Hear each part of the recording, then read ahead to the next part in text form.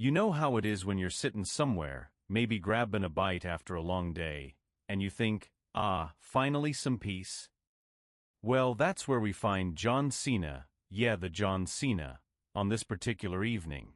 He'd stopped by a small McDonald's diner on the edge of town, one of those places that smells like fries and spilled soda, but somehow still manages to feel comfortable. It wasn't glamorous, sure, but sometimes it's the simple spots that hit different, right? Cena had been traveling all day, crisscrossing from one side of the state to the other, and he was done. No autographs, no selfies, no cameras flashing every time he took a breath. Just him, his thoughts, and a quiet meal. So there he sat, tucked into a corner booth under the warm glow of an overhead lamp. The light caught the brim of his cap, casting a shadow over his face, while his sunglasses hid any trace of recognition. He wanted out of the spotlight, even if only for a little while. But then something caught his eye, or rather, someone did. Across the room, near the menu board, stood a boy. Not more than 10 years old, judging by the way he fidgeted with his hands, twisting them together like they were trying to solve some invisible puzzle. His clothes told a story all on their own. Faded jeans patched to the knees, an oversized hoodie that swallowed him whole, and sneakers so scuffed you could barely tell what color they used to be. You could feel the weight of whatever was going on in his life just by looking at him. The boy kept glancing up at the menu, mouthing words silently as though he were counting or calculating something. Every now and then, he'd look around the room, almost like he was checking to see if anyone noticed him. And honestly, they probably didn't. Life moves fast, especially in places like this. People are too busy scrolling through their phones or scarfing down burgers to notice much else. But Cena? Cena noticed everything. Now picture this. Cena leaned back in his seat just a bit, letting out a slow exhale. What is it about kids that makes your chest tighten sometimes? This kid, he looked lost. Like he didn't belong here, not because of anything he'd done, but because of everything life had handed him. Cena's jaw tightened slightly beneath his sunglasses. He knew what it felt like to be underestimated, to feel like the world was stacked against you. And seeing this boy standing there, trying so hard to hold himself together, it struck a chord. And then, just as Cena was debating whether to step in, the boy finally made his move. Oh well, tried to. But before we get to that part, let me ask you something. Have you ever been in a situation where you wanted to help someone, but weren't sure how? Keep that thought in mind, because trust me, it's gonna come up again real soon. You ever notice how sometimes life throws you those moments where you just know you're supposed to step in? Like deep down in your gut, it's screaming, do something? Well, that's exactly what happened here. So there's Cena, sitting in his little corner booth, watching this kid struggle. And trust me, it wasn't hard to see what was going on. The boy kept glancing up at the menu, mouthing words like he was trying to calculate something, probably how much money he didn't have. Ever been there? That sinking feeling when you realize you can't even afford a meal. Cena's heart tightened. He'd seen too many situations like this before. Too many kids who looked like they were carrying the weight of the world on their shoulders. This time, though, he wasn't gonna sit back and do nothing. No way. Now, Cena didn't make a big deal out of it. He didn't want to embarrass the kid or draw attention to himself either. So he leaned forward slightly, catching the cashier's eye. Add a meal for him, Cena said quietly, motioning toward the boy. Just like that. No fanfare, no speeches. Just a simple act of kindness. The cashier nodded, placing an order for a burger, fries, and a drink. When the tray was ready, she handed it to the boy and pointed toward Cena. The kid froze for a second, clearly unsure what to do. But then slowly he walked over, holding the tray with both hands like it might slip away if he wasn't careful. "Thank you, sir," the boy stammered, his voice trembling but filled with gratitude. You could hear the emotion cracking through every word. It was one of those moments that hits you right in the chest, you know? Cena smiled warmly, leaning down just a bit so he could meet the boy's gaze. "Eat up, kid. Enjoy it." Then he gave the boy a light pat on the shoulder, not too hard, not too soft, and turned back toward his table. As Cena settled back into his seat, he watched the boy take his first bite of the burger. There was something about the way the kid savored it, like every single fry mattered, that made Cena feel a flicker of satisfaction. Not pride exactly, but more like relief. Relief that he'd been able to help, even in a small way. For a brief moment, the world felt calm again. The hum of chatter in the background, the sizzle of the fryers in the kitchen, it all blended together into this weird kind of harmony. Cena leaned back in his chair, letting out a slow exhale. But here's the thing about calm moments, they don't last long. Not in stories like this. Because just as Cena started to relax, the sound of the front door slamming open shattered the peace. Heads turned, conversation stopped, and suddenly, everyone in the diner was staring at the newcomers. 5 men swaggered in, their leather jackets adorned with patches and spikes. They laughed loudly, their voices echoing through the space like thunder. The smell of motor oil and cigarettes trailed behind them, and their presence immediately changed the vibe of the room. Gone was the cozy golden hour warmth. In its place was something darker, heavier. Cena shifted in his seat, his eyes narrowing as he watched them closely. Something about these guys screamed trouble. Loud, obnoxious, look at me trouble. And sure enough, it didn't take long for their eyes to land on the boy. "Well, well," one of them sneered, nudging his buddy. "Looks like we've got ourselves a stray dog in here." The laughter that followed was sharp, cutting through the silence like a knife. Cena's jaw tightened beneath his sunglasses. He knew where this was headed. But instead of jumping in right away, Cena stayed seated. Why? Because he wanted to see how the boy would respond. Sometimes, courage isn't about stepping in, it's about giving someone else the chance to stand their ground. And oh boy, was this kid about to surprise everyone. You know how sometimes you can feel trouble walking into a room before it even says a word? Yeah, that's what happened next.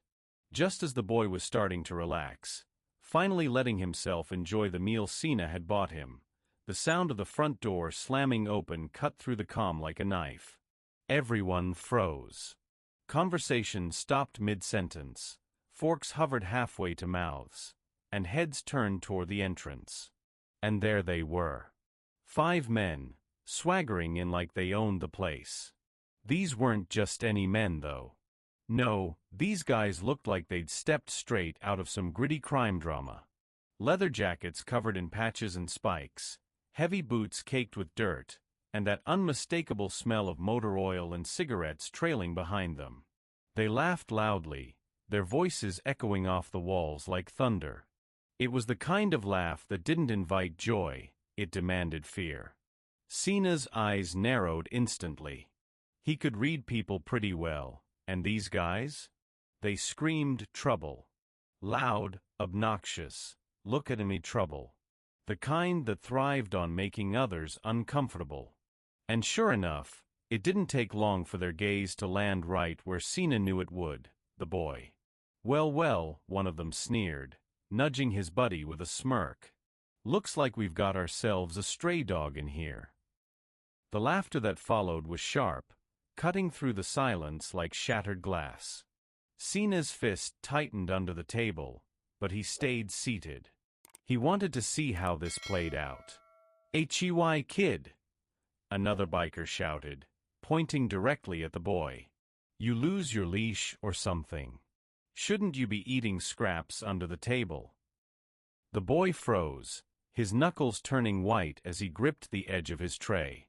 You could see the fear creeping into his expression, but he kept his head down, trying to ignore them. Maybe if he stayed quiet, they'd leave him alone. But oh no, These guys weren't about to let him off that easy. Probably found that food in the trash, a third one chimed in, his voice dripping with mockery. Look at him. But he doesn't even know how to use a fork. And then came the kicker. The leader leaned closer, his face twisted into a cruel grin. "Hey, kid," he said, his tone mocking. "You understand human language, or should we bark at you instead?" More laughter erupted, louder this time, filling the entire diner with its venomous echo. Other patrons glanced at each other uneasily, whispering behind their hands, but no one dared to step in. After all, who would? These guys looked like they could snap anyone in half without breaking a sweat. Cena's jaw tightened so hard you could practically hear his teeth grinding beneath his sunglasses. He wanted nothing more than to stand up, march over, and put an end to this nonsense right then. But he held back. Why? Because he wanted to see how the boy would respond. Sometimes, courage isn't about stepping in, it's about giving someone else the chance to stand their ground. And oh, was this kid about to surprise everyone. You ever seen one of those moments where time seems to freeze? Where everything slows down, and all you can hear is the sound of your own heartbeat pounding in your ears? Yeah, that's what happened next. The bikers had been mocking the boy relentlessly, laughing, jeering, tearing him down piece by piece. And honestly, most people would have crumbled under that kind of pressure. But not this kid. No way. Finally, after what felt like an eternity of insults, something inside the boy snapped. He didn't shrink back. He didn't cry. Instead, he straightened up, lifting his chin like he was ready to take on the world. And then, in a voice loud enough for everyone in the diner to hear, he said, "Animals. That's what you are. Look at how you're yelling in here, just like a bunch of monkeys." The laughter stopped. Dead silent. Even the hum of the fryer in the kitchen seemed to fade into the background. Every single person in that diner turned to look at the boy, including the bikers. Their smirks faltered, replaced by stunned expressions.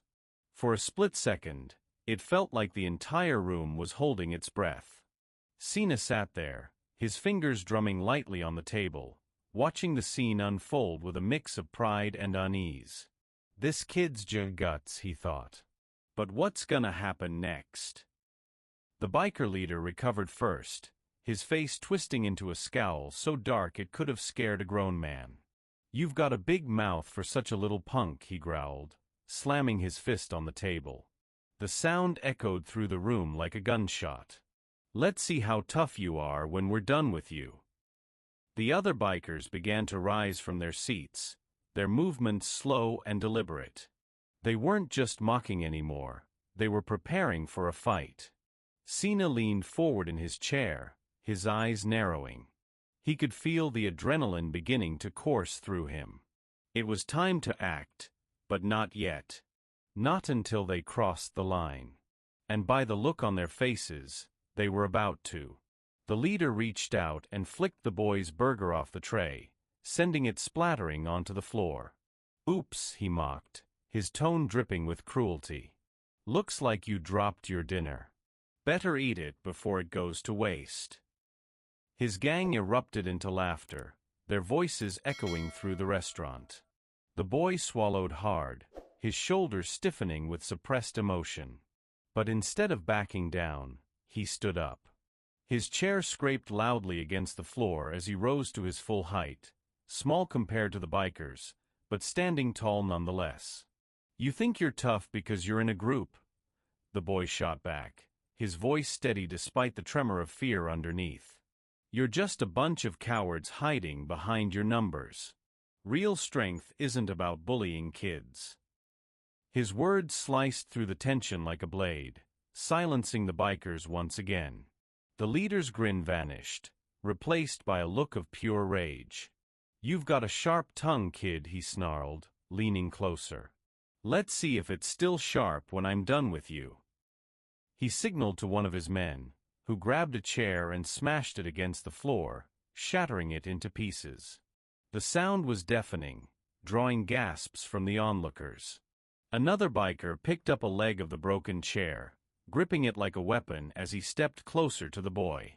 Cena had seen enough. He stood up slowly, his chair screeching against the tile floor. All eyes turned to him as he removed his sunglasses and placed them carefully on the table. The bikers paused momentarily, caught off guard by his towering presence. "That's enough," Cena said, his calm, commanding voice breaking the silence. The leader turned to face him, his eyes narrowing as he took in Cena's size and demeanor. Recognition flickered across his face, but he quickly masked it with a smirk. "Well, well," the biker sneered. "Look who thinks he's the hero. You should sit back down, buddy. This doesn't concern you." Cena took a step forward, his gaze steady and unyielding. "It does now," he said. "Leave the kid alone." The bikers exchanged looks, their leader letting out a dry laugh. "You've got guts, I'll give you that," he said. "But there's 5 of us and 1 of you, and we've got the advantage." He gestured to the makeshift weapons his gang was now holding. "What do you have?" the leader taunted. "Your fists." Cena didn't flinch. He rolled his shoulders, loosening up as if preparing for a fight. "Why don't you find out?" he replied, his voice low and steady. The leader's smirk faltered for a split second, but he quickly regained his bravado. "You've got no idea what you're getting yourself into," he snarled. He motioned to his men, who began to spread out, encircling Cena. The restaurant grew eerily quiet, the tension thick enough to cut with a knife. Patrons watched with bated breath, some inching toward the exits while others were too riveted to move. The boy stepped back, his wide eyes darting between Cena and the bikers. "You don't have to do this," he whispered, his voice barely audible. Cena glanced at him and gave a small nod, a reassuring smile playing at the corners of his mouth. "It's okay, kid," he said. "Just stay back." The leader raised his hand, signaling his men to attack. "Let's teach this guy a lesson," he growled. And with that, the bikers lunged forward, their makeshift weapons raised. The room was electric, charged with tension so thick you could practically taste it. The bikers had circled Cena now, their makeshift weapons gripped tightly in their hands. Chains clinked, wood creaked, and the air felt heavy, like the calm before a storm. Cena stood at the center of it all, his broad shoulders squared, his jaw set in determination. He wasn't just standing there, he was ready. Every muscle in his body coiled like a spring, prepared to explode into action. But even in that moment, he didn't look angry. No, this wasn't rage. This was something else entirely. This was purpose. "Last chance," Cena said, his voice low but carrying enough authority to silence the entire room. "Walk away." The leader sneered, gripping a metal stool he'd picked up from the corner of the diner. "You've got guts, I'll give you that," he spat, raising the stool high over his head. "But guts won't save you when we're done with you." And then, without warning, the first biker lunged. It was the stocky one with tattoos snaking up his arms. He swung a broken chair leg at Cena's side, the wood whistling through the air. But Cena? Oh no, Cena wasn't fazed. With lightning speed, he sidestepped the attack, grabbing the man's wrist mid-swing. There was a sharp twist, a sound like bones grinding against each other, and the chair leg clattered to the floor. Before the biker could recover, Cena hoisted him up effortlessly, flipping him over his shoulder in a move that looked straight out of a wrestling ring. The crowd gasped as the man hit the ground with a thud, the unmistakable echo of an attitude adjustment. But there was no time to celebrate. Another biker came charging in, this one wielding a piece of a shattered chair. Cena ducked under the swing, his movements precise and calculated. As the biker stumbled forward, thrown off balance, Cena delivered a swift elbow to his midsection. The man collapsed to his knees, clutching his stomach, wheezing for air. By now, the rest of the bikers were closing in, their confidence wavering but not gone. Two of them rushed Cena simultaneously, one swinging a chain, the other brandishing another shard of broken furniture. They thought they had the advantage, but Cena saw right through them. He blocked the first strike with his forearm, absorbing the blow without missing a beat. Then, with a powerful grip, he grabbed the biker by his jacket and used his momentum to throw him into the second attacker. Both men crashed into a nearby table, scattering trays of food and drinks everywhere. Patrons scrambled to get out of the way, some pulling out their phones to capture every moment of the chaos. The leader watched his men fall one by one, his face twisting in frustration. He tightened his grip on the metal stool, stalking towards Cena like a predator circling its prey. "You think you're some kind of hero," the leader growled, raising the stool high above his head. Cena turned just in time to see the attack coming. With both hands, he caught the stool mid-air, his grip unyielding. The sheer strength in his arms caused the leader to falter, his confidence wavering for the first time. Cena wrenched the stool from his grasp, dropping it to the floor with a loud clang. "Heroes don't pick fights with kids," Cena said, his voice low but filled with authority. "They protect them." Enraged, the leader threw a wild punch, aiming for Cena's jaw.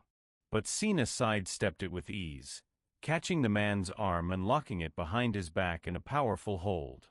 The leader struggled, cursing under his breath, but Cena's grip was unyielding.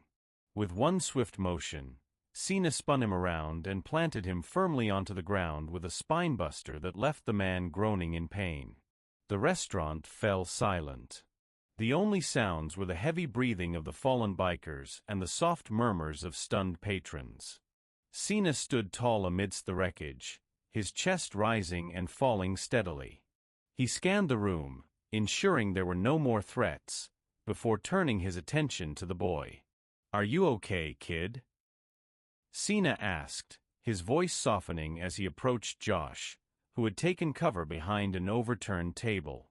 Josh nodded, his eyes wide with a mixture of awe and relief. Yeah, I'm okay. That was amazing." Cena allowed himself a small smile. "Good. Just stay behind me, all right." The leader, still groaning on the floor, glared up at Cena. "You're going to regret this," he hissed. Cena crouched down, meeting the man's gaze head-on. "You already lost. Don't make it worse for yourself. Leave now, and don't ever come back." The leader hesitated, pride battling with the reality of the situation. Finally, he spat on the floor and barked at his men, "Get up. We're leaving." One by one, the bikers dragged themselves to their feet, nursing their injuries as they stumbled out of the restaurant. The leader was the last to go, throwing one final glare at Cena before disappearing through the door. As the bikers departed, the tension in the room dissipated. A slow clap began somewhere in the back, and soon the entire restaurant erupted in applause. Cena raised a hand, signaling for them to stop. "It's all right," he said, his tone modest. "Just doing what anyone should." He turned back to Josh, who was still watching him with wide eyes. "You were really brave, standing up to them," Cena said. "Not everyone has the courage to do that." Josh's cheeks flushed with pride. "I didn't want to let them win." Cena nodded. "And you didn't. But remember, sometimes it's okay to ask for help. There's strength in that too." Josh smiled, his fear replaced by newfound confidence. "Thank you, Mr. Cena." Cena patted him on the shoulder. "No need to thank me. Just keep being strong." The restaurant was quiet now, but it wasn't the same kind of quiet that had filled the room earlier. This silence carried weight, a mixture of disbelief, relief, and admiration. Chairs lay overturned, trays were scattered across the floor, and remnants of food clung stubbornly to the tiles. It looked like chaos frozen in time, a testament to what had just unfolded. Cena stood at the center of it all, breathing steadily, his chest rising and falling with controlled rhythm. He glanced around the room, taking stock of the damage. Broken furniture, spilled drinks, shattered plates. It was messy, sure, but none of that mattered right now. What mattered was that the boy was safe. Josh, still clutching the edge of the overturned table he'd used for cover, finally stepped out into the open. His small frame seemed even smaller against the backdrop of destruction, but there was something different about him now. The fear that had gripped him earlier was gone, replaced by a newfound confidence that radiated through his wide eyes. "You saved me," Josh said softly, his voice steady despite the tremor of emotion underneath. Cena crouched down slightly, meeting the boy at eye level. He placed a reassuring hand on Josh's shoulder, his touch firm but gentle. "You didn't just need saving," Cena replied, his tone calm but filled with conviction. "You stood up for yourself, and that takes guts. You've got more strength in you than you think." Josh's face lit up with pride, his lips curling into a shy smile. "I just didn't want them to think they could walk all over me," he said earnestly. "And you showed them they couldn't," Cena responded, nodding approvingly. "That's something to be proud of." Behind them, the restaurant staff began cautiously stepping out from behind the counter. The manager, a middle-aged woman with a nervous smile, approached Cena. Her hands trembled slightly as she clasped them together, her voice wavering with gratitude. "Thank you for what you did," she said, her words barely above a whisper. "We didn't know how to handle them. They come in here sometimes and cause trouble, but this was different." Cena nodded politely, his expression modest. "I'm just glad no one got seriously hurt. Make sure your staff is okay, and don't hesitate to call the authorities if they come back." The manager glanced at the wreckage around them and sighed deeply. "We'll handle the cleanup, but really, you didn't have to step in like that. It's not every day we see someone willing to put themselves on the line for a stranger." Cena shrugged casually, his tone light but sincere. "It's not about being a hero. It's about doing what's right." As the staff began tidying up the space, the other patrons cautiously returned to their seats.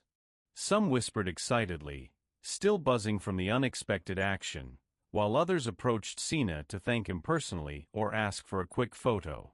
Cena, ever gracious, obliged with a smile, but his focus remained on Josh, who was still standing nearby, watching him with quiet admiration. One patron, a man in a business suit, stepped forward. His expression was thoughtful, almost contemplative, as he addressed Cena. "You know," the man said, his voice carrying a note of respect, "not many people would have done what you just did. Most would have walked away, or pretended they didn't see anything." Cena shook his head, dismissing the praise. "That's the problem," he said firmly. "Too many people turn a blind eye when they see someone in trouble. It's not about looking for a fight, it's about standing up when it matters." The man nodded thoughtfully before returning to his seat, leaving Cena to turn his attention back to Josh. "What's your name, kid?" Cena asked, his tone warm and inviting. "Josh," the boy replied. "Josh Carter." "Well, Josh Carter," Cena said with a small smile, "you've got a lot of fight in you. Just remember, sometimes it's okay to ask for help. You don't have to face everything alone." Josh nodded, his expression serious as he took in Cena's words. "I'll remember that." Before Cena could say more, the faint sound of sirens began to echo in the distance. Someone must have called the police during the fight. Cena glanced toward the door, his instincts kicking in. He didn't want to cause any unnecessary complications, or draw too much attention. Standing up, he adjusted his cap and sunglasses, preparing to leave. "You'll be okay now," he said to Josh, giving him a reassuring pat on the shoulder. "Stay strong, And don't let anyone make you feel small. Josh smiled, his confidence visibly restored. I won't. Thank you, Mr. Cena. With that, Cena turned and walked toward the exit. As he pushed open the door, the restaurant erupted into a round of applause. The sound followed him out into the cool night air, mingling with the distant wail of sirens. But Cena didn't stick around. His work here was done, and the boy was safe. As he walked down the quiet street, he allowed himself a small smile. He hadn't planned on being anyone's hero tonight, but sometimes, the right thing to do wasn't planned. It just had to be done. The world didn't need more bystanders. It needed people willing to take a stand, even if just for one small boy in a fast food restaurant. The morning after the incident at the diner, the world woke up to something it hadn't expected, a viral story that spread faster than wildfire. Videos recorded by patrons during the fight had made their way onto social media platforms, capturing every moment of John Cena's heroic stand against the gang of bikers. Headlines popped up everywhere: wrestling legend saves boy from biker bullies, real-life heroics at McDonald's, and even John Cena proves he's more than just a wrestler. For most people, it was inspiring, a reminder that even in ordinary places like a fast food restaurant, extraordinary acts of courage could happen. But for the 5 bikers who had been humiliated in front of an audience, the aftermath was anything but inspiring. Local authorities wasted no time identifying them. Footage from the diner's security cameras, along with videos uploaded online, provided clear evidence of their behavior. By mid-morning, police officers were knocking on doors, tracking down each member of the group. One by one, they were brought in for questioning. In a dimly lit holding cell at the precinct, the bikers sat slumped on hard metal benches, their usual bravado replaced by simmering anger and shame. Their leader, the same burly man with the jagged scar across his jawline, paced back and forth, occasionally slamming his fist against the bars of the cell. "This is bullshit," he snarled under his breath, glaring at the officers outside. "That guy just walked in and ruined everything." His words echoed off the cold walls, but none of the officers paid him any attention. They were too busy reviewing the mountain of evidence stacking up against the group. Charges for public disturbance, property damage, and intimidation were already being filed. And thanks to the viral nature of the incident, there was immense public pressure to hold the bikers accountable. One of the officers glanced up from her desk, her expression unreadable as she addressed the group through the bars. "You picked the wrong person to mess with," she said coolly, holding up a printed screenshot of Cena delivering an attitude adjustment to one of the bikers. "And you picked the wrong kid to bully. Public opinion isn't exactly on your side right now." The leader froze, his face darkening further. He knew she was right. Being defeated by someone like John Cena, not just physically, but publicly, was humiliating enough. But having the whole world watch, that was a wound that wouldn't heal anytime soon. Meanwhile, another officer leaned over a computer monitor, replaying clips of the fight frame by frame. Each strike, each move Cena made, was analyzed not out of admiration, but because it underscored how decisively the bikers had been dismantled. "You see this?" the officer asked, pointing to a moment where Cena disarmed one of the men with ease. "This isn't luck. This is skill. You're lucky he didn't press charges himself." The bikers exchanged uneasy glances. None of them wanted to admit it, but deep down, they all knew they'd underestimated Cena, and paid the price. Back in the holding cell, the leader finally stopped pacing and sank onto the bench beside his comrades. For the first time, his confidence faltered. He ran a hand over his shaved head, exhaling sharply. "What do we do now?" one of the others muttered, cradling his injured arm. The leader clenched his fists, his voice low and bitter. "We wait. What else can we do?" But waiting wasn't going to change the fact that their reputations were ruined. News outlets had plastered their faces across headlines, labeling them as bullies and criminals. Social media users had taken screenshots of their expressions during the fight, mocking their fear and desperation.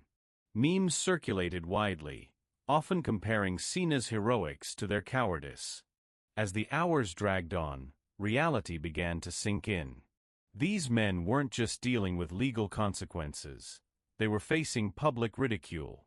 And unlike Cena, who had walked away with humility and grace, they were trapped in the spotlight for all the wrong reasons. Outside the station, reporters gathered, eager to get updates on the case. Cameras flashed, microphones were thrust forward, and questions flew thick and fast. "Do you think these men will face jail time?" one reporter asked. "Will John Cena testify if needed?" another chimed in. Inside, the officers worked methodically, ensuring every detail of the case was documented. As far as they were concerned, justice would be served, not just for the boy, but for everyone who had witnessed the biker's cruelty. By the end of the day, the charges were officially filed. Public disturbance, property damage, intimidation. The list went on. It was clear that the bikers wouldn't be walking away scot-free. For Cena, though, the legal proceedings weren't important. He had done what he felt was right, and that was enough. Still, knowing that the bikers would face consequences for their actions brought a small sense of closure, not just for him, but for Josh and everyone else involved.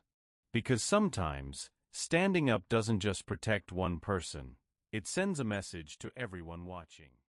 Days had passed since the incident at the diner, but the memory of that night lingered, not just for John Cena, but for everyone who had been there.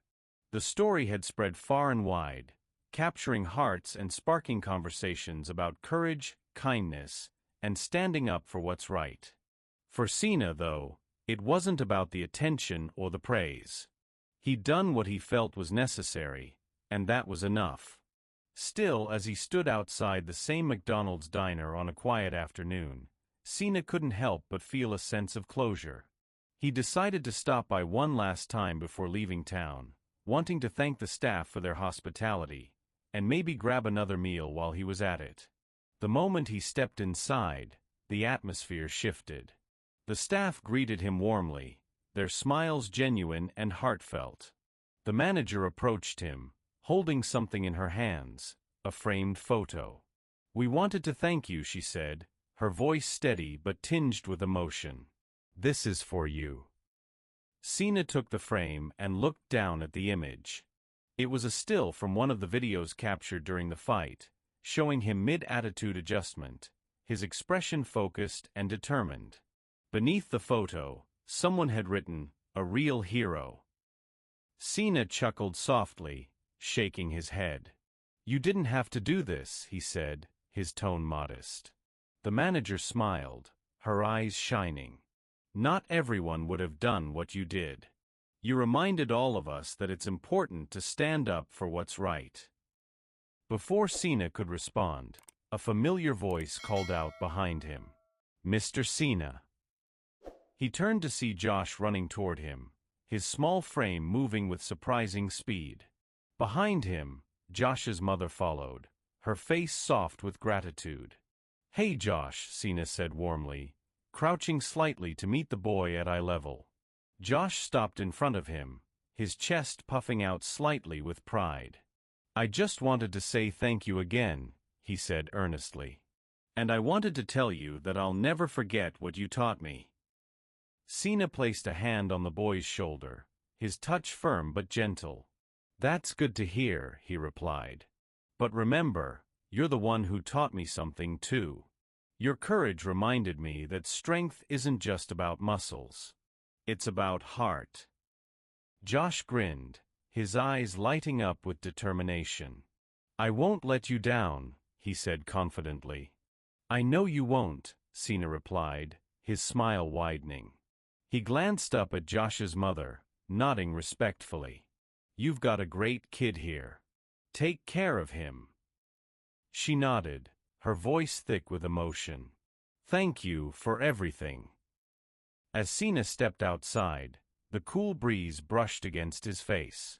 He glanced back at the restaurant one last time, seeing Josh and his mother waving at him through the window. With a final nod, he walked away, knowing he'd left a lasting impact, not just on the boy, but on everyone who had witnessed what had happened. The framed photo tucked under his arm served as a reminder of the night he'd chosen to step in, not because he sought recognition, but because it was the right thing to do. As John Cena walked away from the McDonald's diner, the cool evening air brushed against his face, carrying with it the faint hum of the city waking up to nightfall. The framed photo tucked under his arm, a memento of the fight, felt heavier than it should have, not because of its physical weight, but because of what it represented. It wasn't just a reminder of the chaos that had unfolded. It was proof that even the smallest acts of courage could ripple outward, touching lives in ways no one could predict.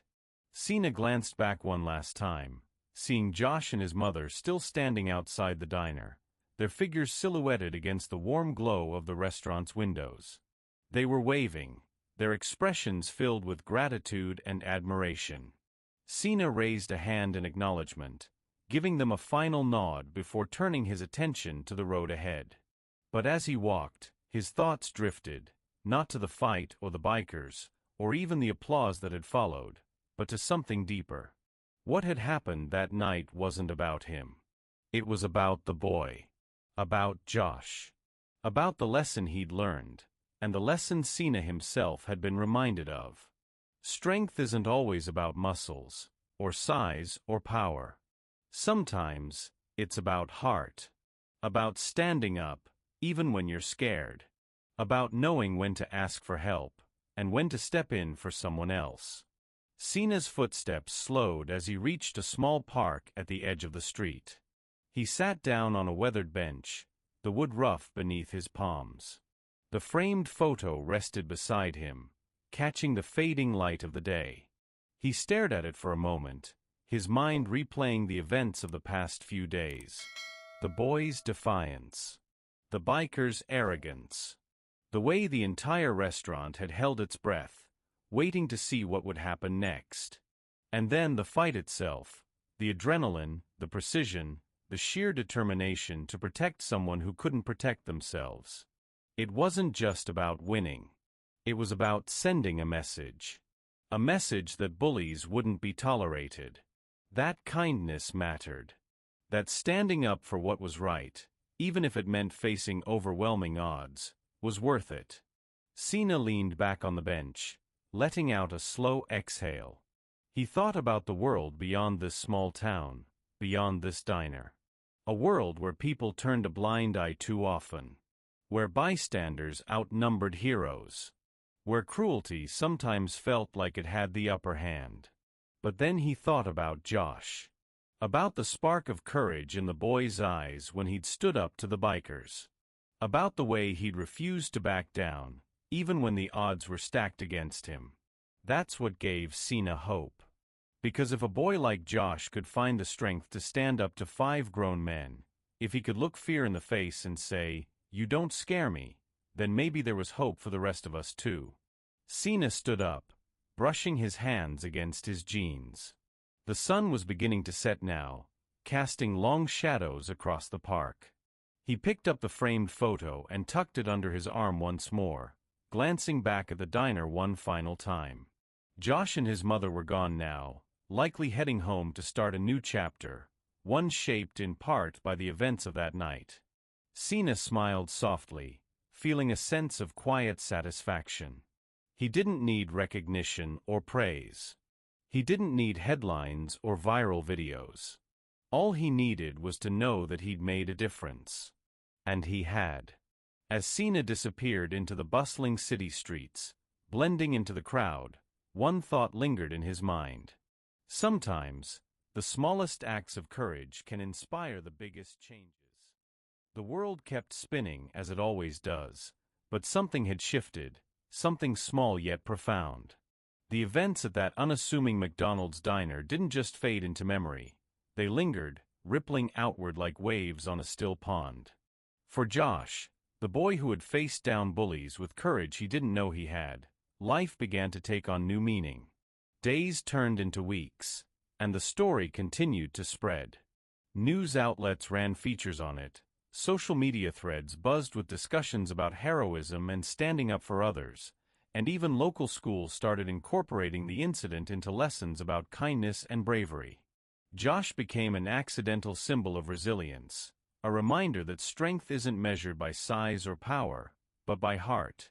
In interviews, people often asked Cena what drove him to step in that night. "It wasn't about me," he'd say, his tone always humble. "It was about the kid. About showing him, and everyone watching, that doing the right thing matters. Even if it's hard. Especially if it's hard." For Cena, the experience reinforced something he'd always believed: actions speak louder than words. Fame, recognition, headlines, they were fleeting. But standing up when it mattered? That left a mark. A lasting one. Josh, meanwhile, carried the lesson Cena taught him everywhere he went. At school, when classmates teased each other, he found himself stepping in, not with fists, but with words. "You don't have to be cruel to feel strong," he'd tell them, echoing Cena's advice. His mother noticed the change too. Gone was the hesitant boy who once shrank under pressure. In his place stood someone braver, more confident. Someone willing to face challenges head-on, not because he thought he could win every time, but because he knew trying was worth it. As for the bikers, their humiliation served as a cautionary tale. Publicly shamed and legally penalized, they faded into obscurity, their bravado crumbling under the weight of accountability. It was a stark reminder that cruelty has consequences, and so does standing against it. Months later, Cena received a letter. It was from Josh. Inside, written in careful block letters, was a simple note. "Dear Mr. Cena, thank you for showing me that being brave doesn't mean never being afraid. It means doing the right thing anyway. I'm going to keep trying, just like you said. You're my hero. Sincerely, Josh Carter." Cena smiled as he folded the letter and tucked it into his pocket. He didn't need statues or parades. This was enough. More than enough. And so, the story came full circle.